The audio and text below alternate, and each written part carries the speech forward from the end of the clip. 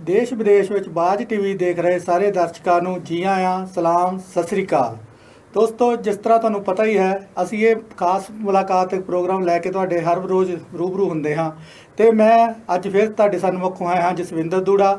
ਤੇ ਅੱਜ ਦੇ ਸਾਡੇ ਮਹਿਮਾਨ ਨੇ ਮਨੋਜ ਫਗਵਾੜਵੀ ਜੀ। ਮਨੋਜ ਫਗਵਾੜਵੀ ਜੀ ਦੀ ਗੱਲ ਕਰੀਏ ਤਾਂ ਆਪਾਂ ਇਹ ਦਾਗ ਗਜ਼ਲ ਸਕੂਲ ਦੇ ਜਾਨਸ਼ੀਨ ਨੇ ਇਸ ਵੇਲੇ। ਤੇ ਗਜ਼ਲ ਆਪਣੀ ਜਿਹੜੀ ਸਾਹਿਤਕ ਖੇਤਰ ਵਿੱਚ ਗਜ਼ਲਾਂ ਦੇ ਨਾਲ ਆਪਣੇ ਸਾਹਿਤ ਨੂੰ ਬਹੁਤ ਭਰਪੂਰ ਜਿਹੜਾ ਅਮੀਰ ਕਰ ਰਹੇ ਹਨ। ਤੇ ਬਾਕੀ ਦੀਆਂ ਗੱਲਾਂ ਆਪਾਂ ਇਹਨਾਂ ਦੇ ਨਾਲ ਹੀ ਕਰਦੇ ਹਾਂ। ਆਓ ਤੇ ਮਿਲਦੇ ਹਾਂ ਫਿਰ ਮਨੋਜ ਫਗਵਾੜਵੀ ਜੀ ਉਹਨਾਂ ਨੂੰ। ਮਨੋਜ ਫਗਵਾੜਵੀ ਜੀ, ਬਾਜ ਟੀਵੀ ਤੇ ਤੁਹਾਡਾ ਬਹੁਤ ਬਹੁਤ ਸਵਾਗਤ ਹੈ ਜੀ। ਬਾਜ ਟੀਵੀ ਦੇ ਪਿਆਰੇ ਪਿਆਰੇ ਦਰਸ਼ਕਾਂ ਨੂੰ ਮਨੋਜ ਫਗਵਾੜਵੀ ਦਾ ਆਦਾਬ, ਸਤਿ ਸ੍ਰੀ ਅਕਾਲ, ਨਮਸਕਾਰ ਜੀ।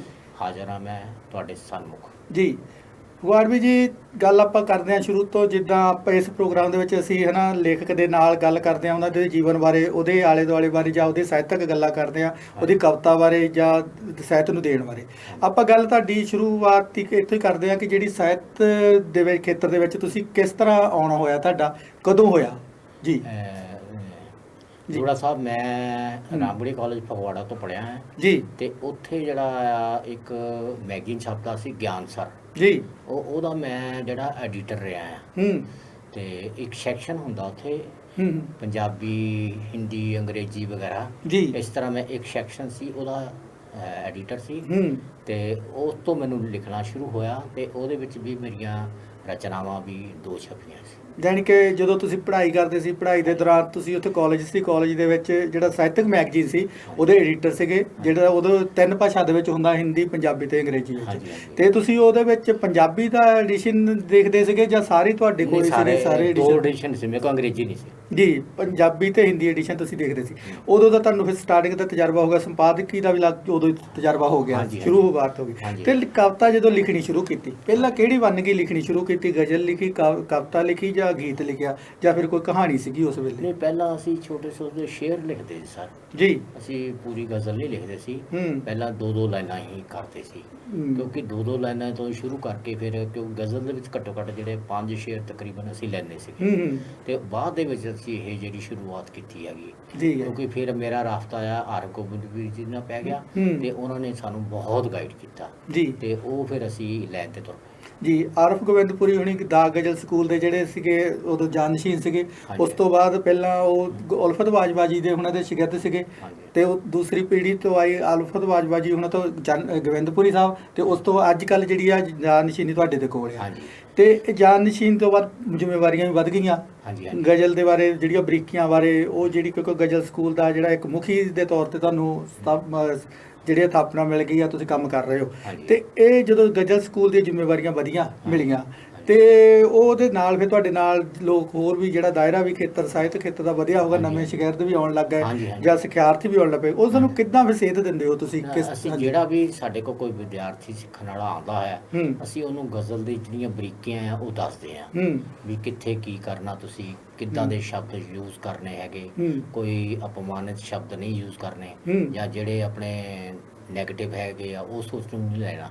ਅਸੀਂ ਅਗਾਂਹ ਵਧੂ ਵਿਚਾਰਾਂ ਦੇ ਨਾਲ ਉਹਨੂੰ ਗਜ਼ਲ ਵਗਾਰੇ ਦੱਸਦੇ ਹਾਂ।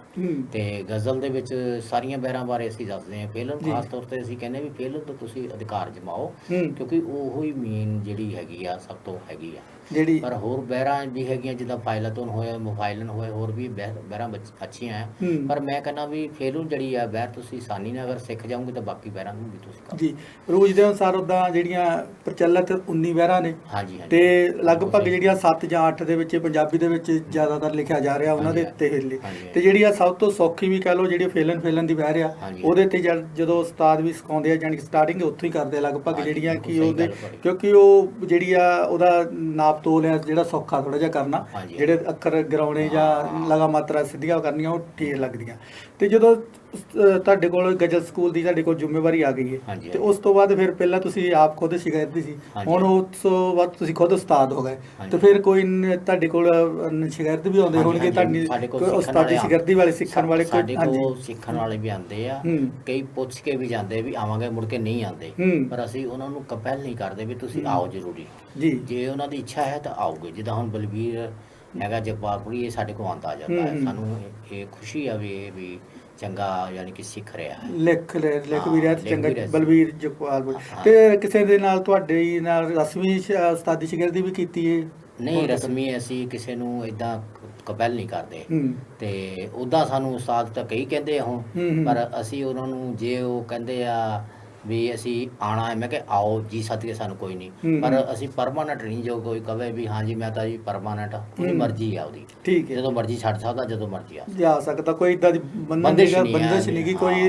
ਜਿੰਨਾ ਕੁ ਸਿੱਖਣਾ ਸਿੱਖ ਲਓ, ਤੁਹਾਡੀ ਗੱਲ। ਵੈਸੇ ਤਾਂ ਅੱਜ ਕੱਲ੍ਹ ਜਿਹੜੀ ਹੈ ਨੌਜਵਾਨ ਪੀੜ੍ਹੀ ਆ, ਜਿਹੜੀ ਨਵੇਂ ਸ਼ਹਿਰ ਆ, ਨਵੇਂ ਪੁੰਗਰ ਜਾਂ ਫੁੱਟਦੇ, ਉਹ ਕਹਿੰਦੇ ਵੀ ਉਸਤਾਦੀ ਸ਼ਾਗਿਰਦੀ ਦੀ ਲੋੜ ਹੀ ਨਹੀਂ ਅੱਜ ਕੱਲ੍ਹ, ਉਹਦੀ ਕੋਈ ਲੋੜ ਨਹੀਂ, ਲਿਖੋ ਆਪਣਾ, ਲਿਖੋ ਜੋ ਤੁਹਾਡੇ ਮਨ 'ਚ ਆਉਂਦਾ। ਉਹ ਤਾਂ ਇੱਥੇ ਤੱਕ ਵੀ ਕਹਿੰਦੇ ਕਿ ਪੜ੍ਹਨ ਦੀ ਵੀ ਲੋੜ ਨਹੀਂ ਇੰਨਾ ਵਧੀਆ। ਤੇ ਉਹ ਬਸ ਜੀ ਇਸ ਗੱਲ ਨਾਲ ਸਹਿਮਤ ਨਹੀਂ ਦੂੜਾ ਸਾਹਿਬ ਜੀ। ਜੀ ਜੀ ਹਾਂਜੀ। ਹਾਂ, ਉਹ ਕਿਉਂਕਿ ਇਹਦੇ ਵਿੱਚ ਉਸਤਾਦੀ ਸ਼ਾਗਿਰਦੀ ਵੀ ਜ਼ਰੂਰੀ ਆ। ਜੇ ਤੁਹਾਨੂੰ ਕੁਝ ਮਾੜਾ ਮੋਟਾ ਜੇ ਕੋਈ ਵਿੱਚ ਬਰੀਕੀਆਂ ਨਾ ਦੱਸੋਗੇ ਤਾਂ ਤੁਸੀਂ ਅੱਗੇ ਕਿੱਦਾਂ ਵਧੋਗੇ। ਜਿੱਦਾਂ ਕੋਈ ਵਿਦਿਆਰਥੀ ਆ, ਕੋਈ ਪਹਿਲਾਂ 5ਵੀਂ 'ਚ ਹੁੰਦਾ, ਫਿਰ 6ਵੀਂ 'ਚ ਹੁੰਦਾ, ਫਿਰ 10ਵੀਂ 'ਚ ਹੁੰਦਾ, ਫਿਰ MA PhD ਇੱਦਾਂ ਕਰਦਾ ਆ।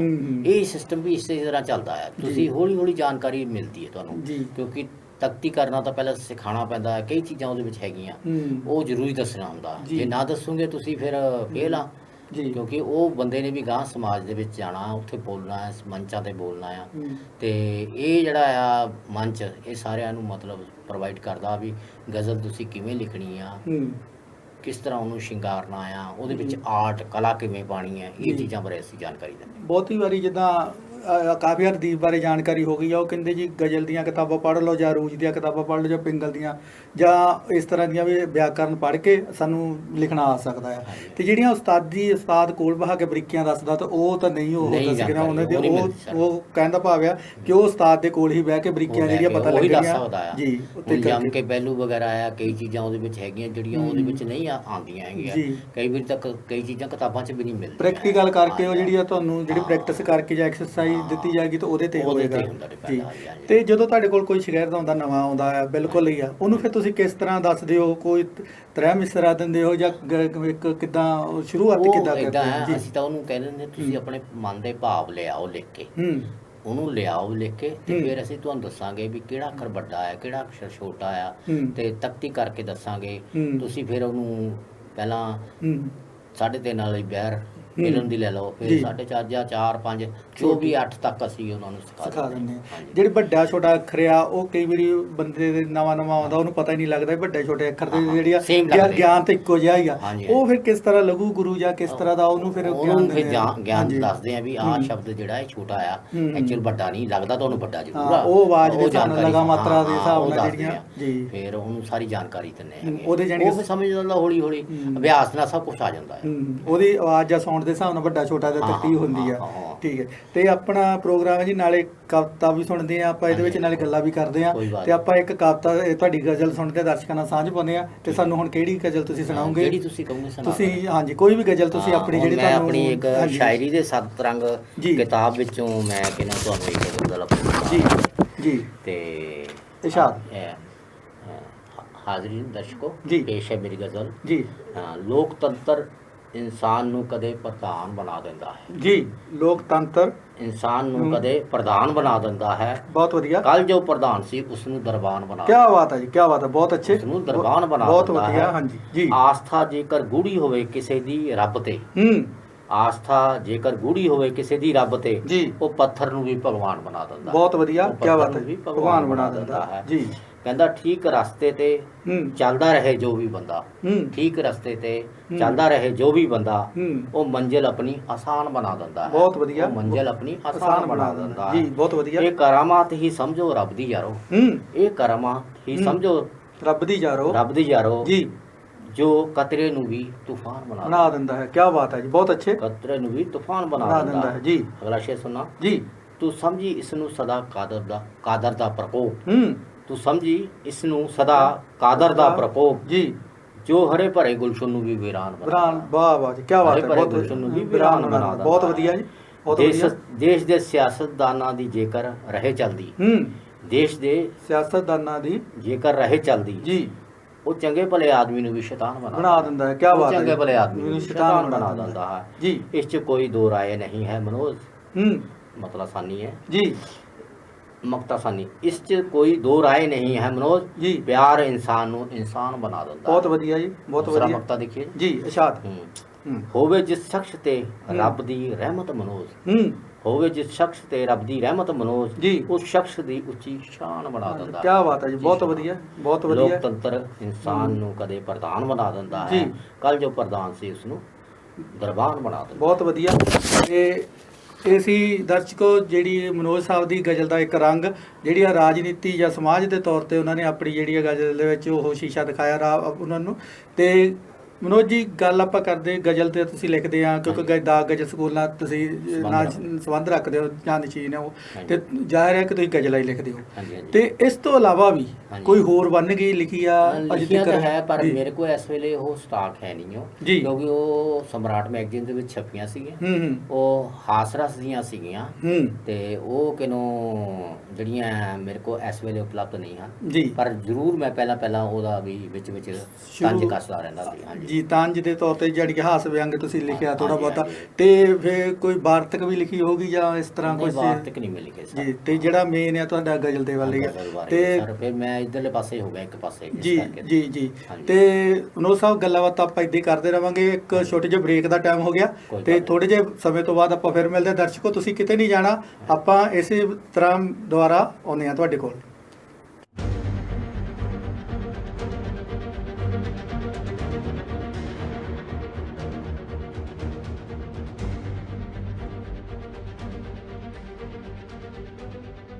ਪੂਰੇ ਅਮਰੀਕਾ ਵਿੱਚ ਕਿਸੇ ਵੀ ਤਰ੍ਹਾਂ ਦੇ truck, trailers, flatbed, refrigerator and drive van, tractor ਆਦਿ ਸੇਵਾਵਾਂ ਵਾਸਤੇ call trailer and leasing company ਨਾਲ ਸੰਪਰਕ ਕਰੋ। ਕਾਲ ਟ੍ਰੇਲਰ ਕੋਲ 2018, 19 ਅਤੇ 20 ਦੇ ਘੱਟ ਮਾਈਲੇਜ ਵਾਲੇ ਟਰੱਕ ਖਰੀਦਣ ਵਾਸਤੇ ਉਪਲਬਧ ਹਨ। ਕਾਲ ਟ੍ਰੇਲਰ ਕੋਲ ਵੈਨਗਾਰਡ ਦੀ ਪੂਰੇ ਕੈਲੀਫੋਰਨੀਆ ਦੀ ਡੀਲਰਸ਼ਿਪ ਹੈ। ਅਸੀਂ ਸਾਰੇ ਅਮਰੀਕਾ ਵਿੱਚ ਸੇਵਾਵਾਂ ਪ੍ਰਦਾਨ ਕਰਦੇ ਹਾਂ। ਕਾਲ ਟ੍ਰੇਲਰ ਕੋਲ ਇਨ ਹਾਊਸ ਫਾਈਨੈਂਸਿੰਗ ਦੀ ਸੁਵਿਧਾ ਵੀ ਹੈ ਉਪਲਬਧ। ਵਧੇਰੀ ਜਾਣਕਾਰੀ ਲਈ ਧਰਮਿੰਦਰ ਰੰਧਾਵਾ ਨੂੰ 9093515220 ਅਤੇ 9092407234 ਅਤੇ ਸਿਕੰਦਰ ਸਿੰਘ ਰੰਧਾਵਾ ਨੂੰ 9092407272 ਤੇ ਸੰਪਰਕ ਕਰੋ।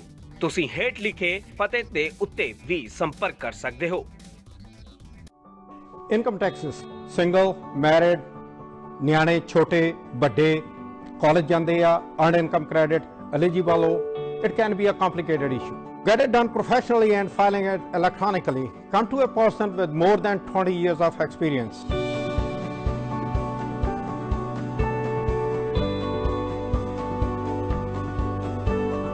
ਇਹ ਵੀ ਇੱਕ ਰੱਬ ਦੇ ਬੰਦਿਆਂ ਦਾ ਘਰ ਹੈ, ਜਿੱਥੇ ਸਿਰਫ ਇੱਕ ਧਰਮ ਤੇ ਜਾਤ ਹੈ, ਇਨਸਾਨੀਅਤ, ਜਿੱਥੇ ਕੋਈ ਵੱਡਾ ਤੇ ਛੋਟਾ ਨਹੀਂ, ਜਿੱਥੇ ਖੁਸ਼ੀਆਂ ਇੱਕੋ ਜਿਹੀਆਂ ਵੰਡੀਆਂ ਜਾਂਦੀਆਂ ਨੇ। ਬੌਧਿਕਤਾ ਦਾ ਵਿਕਾਸ ਰੱਬ ਦੇ ਹੱਥ ਹੈ, ਪਰ ਰੱਬ ਦੇ ਜੀਆਂ ਦੀ ਸੰਭਾਲ ਤਾਂ ਬੰਦਾ ਹੀ ਕਰ ਸਕਦਾ ਹੈ। ਅਜਿਹੀ ਇੱਕ ਮਿਸਾਲ ਅਮਰੀਕਾ ਦੇ ਮੈਰੀਲੈਂਡ ਵਿਖੇ centre for social change. Visit ਔਰ ਕਾਲ। ਮੋਰ ਇਨਫੋਰਮੇਸ਼ਨ ਜੈਸੀ ਸਿੰਘ ਐਂਡ ਸਾਜਿਦ ਤਰਾਰ। ਨਿਕਲਦੇ ਯਾਰੋ ਚੰਗਿਆੜੇ ਅੱਗ ਦੇ, ਜੁੱਸਿਆਂ ਦੇ ਨਾਲ ਵੇਖੋ ਜੁੱਸੇ ਖਹਿੰਦੇ ਆ।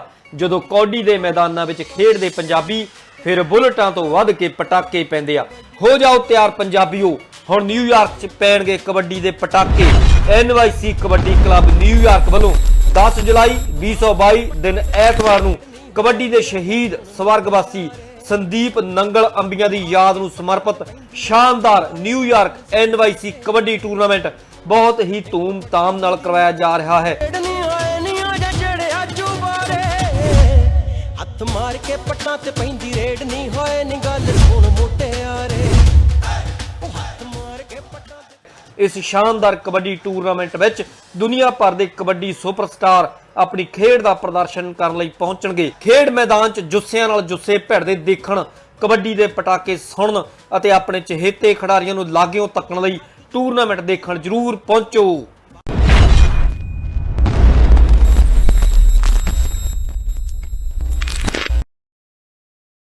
ਗਡੂਰਾ ਰੀਅਲ ਐਸਟੇਟ ਅਤੇ ਗਡੂਰਾ ਮੌਰਗੇਜ ਨਿਊਯਾਰਕ ਦੀ ਕੁਇਨਜ਼ ਵਿੱਚ ਸਭ ਤੋਂ ਪੁਰਾਣੀ ਬ੍ਰੋਕਰੇਜ ਕੰਪਨੀ।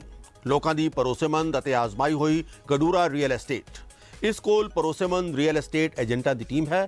ਕਾਲ ਵਿਨੋਦ ਗਡੂਰਾ 9176828560। ਨਾਲ ਹੀ ਮੌਰਗੇਜ ਲਈ ਕਿਤੇ ਜਾਣ ਦੀ ਲੋੜ ਨਹੀਂ।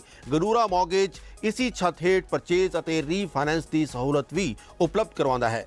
Call Vineet Gadura MBA, President and Owner, Gadura Mortgage, number 7186400444। Global Freight Carrier Inc trucking ਦੀਆਂ ਇੱਕੋ ਛੱਤ ਥੱਲੇ ਸਾਰੀਆਂ ਸੇਵਾਵਾਂ। ਟਰੱਕ ਰਿਪੇਅਰ, 24 ਘੰਟੇ road service, world wide truck trailer lease and sale, ਜਿਸ ਵਿੱਚ reefer, driver van, flat bed, tractor ਸਭ ਸ਼ਾਮਿਲ ਨੇ। ਗਲੋਬਲ ਫਰਾਈਟ ਔਨ ਆਪਰੇਟਰਾਂ ਅਤੇ ਡਰਾਈਵਰਾਂ ਨੂੰ ਵੀ ਹਾਇਰ ਕਰਦਾ ਹੈ।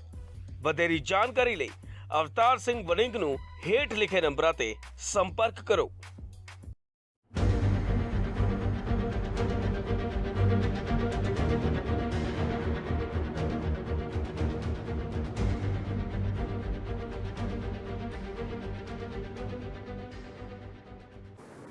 ਬ੍ਰੇਕ ਤੋਂ ਬਾਅਦ ਸਵਾਗਤ। ਪ੍ਰੋਗਰਾਮ ਚੱਲ ਰਿਹਾ ਹੈ ਖਾਸ ਮੁਲਾਕਾਤ ਤੇ ਅੱਜ ਦੇ ਸਾਡੇ ਮਹਿਮਾਨ ਨੇ ਮਨੋਜ ਫਗਵਾੜਵੀ ਜੀ। ਮਨੋਜ ਫਗਵਾੜਵੀ ਜੀ ਦਾਗ ਗਜ਼ਲ ਸਕੂਲ ਦੇ ਜਾਨਸ਼ੀਨ ਹਨ। ਫਗਵਾੜਵੀ ਸਾਹਿਬ, ਆਪਾਂ ਗਜ਼ਲ ਸਕੂਲਾਂ ਦੀ ਗੱਲ ਕਰਦੇ ਹਾਂ ਤੇ ਜਿਹੜਾ ਸਭ ਤੋਂ ਪਹਿਲਾਂ ਦੀਪਕ ਗਜ਼ਲ ਸਕੂਲ ਆਉਂਦਾ, ਫਿਰ ਸੰਧੂ ਗਜ਼ਲ ਸਕੂਲ ਆਉਂਦਾ, ਇਸ ਤਰ੍ਹਾਂ ਗਾਂ ਤੋਂ ਗਾਂ ਹੋਰ ਵੀ ਜਿਹੜੇ ਬਹੁਤ ਸਾਰੇ ਆ ਗਜ਼ਲ ਸਕੂਲ ਹੈਗੇ ਆ। ਤੇ ਇੱਕ ਇਸੇ ਤਰ੍ਹਾਂ ਨਾਲ ਆ ਦਾਗ ਗਜ਼ਲ ਸਕੂਲ ਦਾ ਜਿਹੜਾ ਸਾਹਿਤ ਖੇਤਰ ਦੇ ਵਿੱਚ ਬੜਾ ਵੱਡਾ ਨਾਂ ਆ। ਉਹਨਾਂ ਦੇ ਉਲਫਤ ਵਾਜਪਾ ਤੋਂ ਵੀ ਪਹਿਲਾਂ ਵੀ ਜਿਹੜੇ ਆ ਉਹਨਾਂ ਦੇ ਸੀਗੇ ਬਣਦੇ ਆ। ਫਿਰ ਉਲਫਤ ਵਾਜਪਾ ਤੋਂ ਬਾਅਦ ਗੋਬਿੰਦਪੁਰੀ ਸਾਹਿਬ ਤੇ ਗੋਬਿੰਦਪੁਰੀ ਸਾਹਿਬ ਤੋਂ ਤੁਹਾਡਾ ਆ ਗਿਆ ਨਾਂ ਆਉਂਦਾ ਆ ਅਰਬ ਗੋਬਿੰਦਪੁਰੀ। ਤੇ ਗਜ਼ਲ ਸਕੂਲ ਦੇ ਜਿੱਦਾਂ ਉਲਫਤ ਵਾਜਪਾ ਸਾਹਿਬ ਦੇ ਵੀ ਜਿਹੜੇ ਕਾਫੀ ਸ਼ਾਗਿਰਦ ਸੀ ਤੇ ਉਸ ਤੋਂ ਬਾਅਦ ਗੋਬਿੰਦਪੁਰੀ ਹੁਣਾਂ ਦੇ ਵੀ ਸੀਗੇ, ਅਰਬ ਗੋਬਿੰਦਪੁਰੀ ਹੁਣਾਂ ਦੇ, ਤੇ ਉਸ ਤੋਂ ਬਾਅਦ ਤੁਹਾਡੀ ਵਾਰੀ ਆਉਂਦੀ ਆ।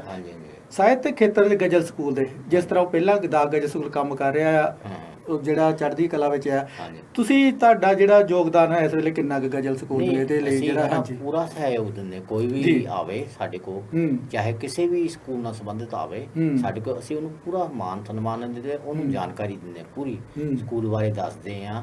ਸਕੂਲ ਬਾਰੇ ਜੇ ਉਹ ਸਿੱਖਣਾ ਚਾਹੁੰਦਾ ਕੁਝ ਸਿਖਾਉਂਦੇ ਆ, ਉਹਨਾਂ ਨੂੰ ਨੁਕਤੇ ਦੱਸਦੇ ਆ ਵੀ ਕੀ ਨੁਕਤੇ ਤੋਂ ਅਸੀਂ ਧਿਆਨ 'ਚ ਰੱਖਣੇ ਆ। ਗਜ਼ਲ ਨੂੰ ਕੋਈ ਰਚਨਾ ਕਰਨੀ ਆ ਉਹਦੇ ਬਾਰੇ ਪੂਰੀ ਜਾਣਕਾਰੀ ਦਿੰਦੇ। ਤਾਂ ਸਾਡੇ ਕਈ ਹੈਗੇ ਜਿਹੜੇ ਕਿ ਆਉਂਦੇ ਹੈਗੇ, ਜਿਵੇਂ ਤੁਹਾਨੂੰ ਪਹਿਲਾਂ ਵੀ ਦੱਸ ਚੁੱਕਾ ਵਾਂ, ਵਿਦਿਆਰਥੀ ਆਉਂਦੇ ਵਿਦਿਆਰਥੀ ਆਉਂਦੇ ਹੈਗੇ।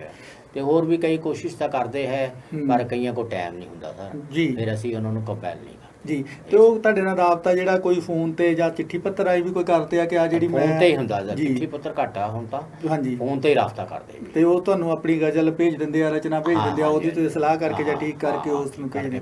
ਤੇ ਜਿਹੜੇ ਗਜ਼ਲ ਸਕੂਲ ਆ, ਬਾਕੀ ਸਕੂਲ ਜਿੱਦਾਂ ਆਪਾਂ ਕਮਰਸ਼ੀਅਲ ਸਕੂਲ ਕਹ ਲਏ, ਜਿਹੜੇ ਫੀਸਾਂ ਲੈਂਦੇ ਆ, ਐਡਮਿਸ਼ਨਾਂ ਹੁੰਦੀਆਂ, ਇਹਦੇ ਵਿੱਚ ਦਾਖਲੇ ਲਈ ਕੀ ਪ੍ਰੋਸੈਸ ਆ ਤੁਹਾਡਾ? ਅਸੀਂ ਕੋਈ ਫੀਸ ਨਹੀਂ ਲੈਂਦੇ ਆ, ਕੋਈ ਇਹਦਾ ਦਾਖਲਾ ਨਹੀਂ ਹੈ, ਕੁਛ ਨਹੀਂ। ਜਿਹੜਾ ਮਰਜ਼ੀ ਸਿੱਧਾ ਰਾਈਟਰ ਹੋਣਾ ਚਾਹੀਦਾ ਆ ਜੀ, ਚਾਹੇ ਉਹ ਉੱਭਰਦਾ ਹੋਵੇ ਜਾਂ ਕੋਈ ਪੁਰਾਤਨ ਹੋਵੇ, ਤੇ ਅਸੀਂ ਉਹਨੂੰ ਪੂਰੀ ਜਾਣਕਾਰੀ ਦਿੰਦੇ। ਜਾਣੀ ਕਿ ਕੋਈ ਨਵੀਂ ਕਰੁੰਬਲ ਫੁੱਟਦੀ ਹੋਵੇ ਜਾਂ ਸਥਾਪਿਤ ਹੋਵੇ, ਉਹ ਕੋਈ ਵੀ ਤੁਹਾਡੇ ਕੋਲ ਜਿਹੜੀ ਜਾਣਕਾਰੀ ਆ ਉਹ ਆ ਕੇ ਲੈ ਸਕਦਾ, ਬਿਨਾਂ ਝਿਜਕ ਤੋਂ ਆ ਸਕਦਾ। ਉਹਨੂੰ ਤੁਸੀਂ ਜਿਹੜੀ ਆ ਸੇਵਾ ਪ੍ਰਦਾਨ ਆਪਣੀ ਕਰਦੇ ਆ। ਤੇ ਇਸ ਦੇ ਨਾਲ ਨਾਲ ਹੀ ਆਪਾਂ ਤੁਹਾਡੀ ਇੱਕ ਗਜ਼ਲ ਹੋਰ ਦਰਸ਼ਕਾਂ ਨਾਲ ਸਾਂਝ ਪਾਉਂਦੇ ਆ, ਤੇ ਤੁਹਾਡੀ ਇੱਕ ਗਜ਼ਲ ਦੇ ਜਿਹੜੇ ਸ਼ੇਰ ਆਪਾਂ ਦਰਸ਼ਕਾਂ ਨਾਲ ਸਾਂਝ ਪਾਉਂਦੇ, ਤੁਸੀਂ ਆਪਣੀ ਇੱਕ ਗਜ਼ਲ ਸੁਣਾਓ ਸਾਨੂੰ।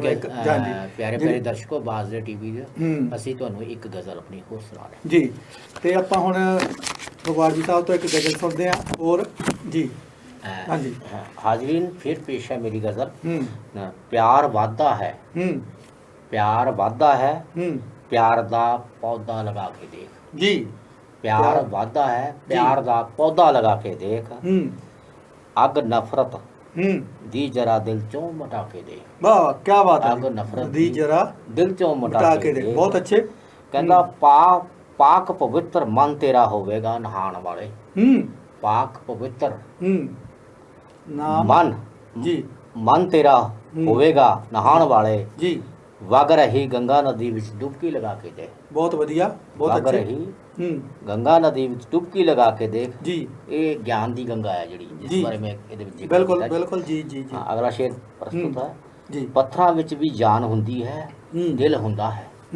ਪੱਥਰਾਂ ਦੇ ਵਿੱਚ ਵੀ ਜਾਨ ਹੁੰਦੀ ਹੈ, ਦਿਲ ਹੁੰਦਾ ਹੈ ਜੀ। ਦੋਸਤ, ਕੱਚ ਦੀ ਦੀਵਾਰ ਤੇ ਪੱਥਰ, ਕੱਚ ਦੀ ਦੀਵਾਰ ਤੇ ਪੱਥਰ ਇੱਕ ਸਜਾ ਕੇ ਦੇਖ। ਕੀ ਬਾਤ ਹੈ ਜੀ, ਬਹੁਤ ਅੱਛੇ। ਦੀਵਾਰ ਤੇ ਪੱਥਰ ਇੱਕ ਟਿਕਾ ਕੇ ਦੇਖ, ਸਜਾ ਕੇ ਦੇਖ, ਸਜਾ ਕੇ ਦੇਖ ਜੀ। ਅਗਲਾ ਸ਼ੇਰ ਹੈ ਜੀ।